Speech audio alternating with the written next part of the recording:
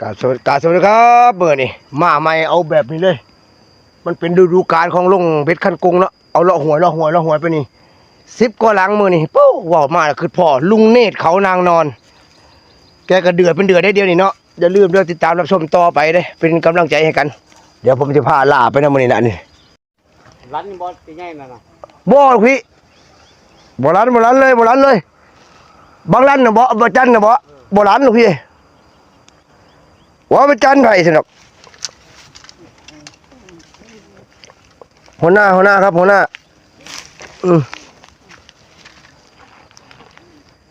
พวกนี้ก็ใส่บางจันอยู่หันละโอ้มันจันผู้ใดมันจันหัวหน้าเนาะโอ้ยหัวหน้าเละว่าจันผู้ใดสินอกโอ้ยบ่ว่าตีใหญ่ลั่นบ่สินอกบ่ลั่นใส่เบ็ดคือกันหาเช้ากินข้าวเฮาชีวิตบ้านนอกเนาะทุกสิ่งใดก็หาไปเช้าหาค่ำโอ้มีแมงเม่าออกด้วยนะเผลอมีไอ้ดุกโอ้สักตัวแล้วนะมาถึงหมายแล้วไปลองมึงกันพี่น้องไปลองดูสันโดนแล้วพี่น้องโดนแล้วเพื่อนอุ้ยอะไรนั่นเดี๋ยวจึงพึ่งบ่โอ้นี่ไงคือเห็นตัวคือพ่อลุงเนตรเลยนี่ไงกระสง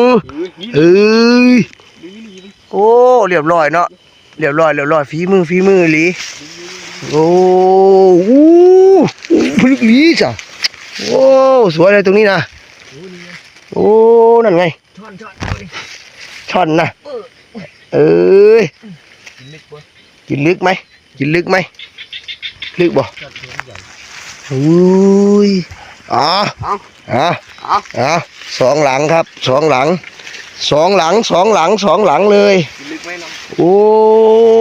สุดยอดเลยมือนี้เฮาโอ้ขาวโจโลลุงเนตรว่าขาวโจโลเลยนี่โอ้ขาวโจโลเลยเข้าลึกไหมเนาะนี่โอ้ตาสายเลยเนาะตาสายเปลี่ยนเบ็ดเลยสุดยอดไปเลยโอ้ลายสองแต้มแล้ว2 แต้มแล้วสุดยอดเลยอันนี้ก็ทำเองตัดดีมันใช้ได้ดีสุดยอดไปเลยมือนี้เฮาแต้มแล้ว2 แต้มแล้วพี่น้องเฮาเจ๋งเป๊กแล้วเดี๋ยวผมจะเป็นของผมบางบาทนี่2 แต้มแล้วสุดยอดเลยเยี่ยมโอ้ดีใจแห้งลืมมาใส่หมวกค่ำคืนนะค่ำคืนที่สุดยอดไปเลยพี่น้องเฮาเป็นค่ำคืนที่ตั้งเบิ่งบรรยากาศไปนำคันบ่ได้ก็ได้เบิ่งบรรยากาศกลางคืนไปนำไปสิพาลงไปชมเบิ่งโอ้มีเนี่ยใส่กุ้งพร้อมเลยผู้มันเอาแล้วบ่ฮะโอ้เหยื่อเดือนน่ะเป็นผลเด้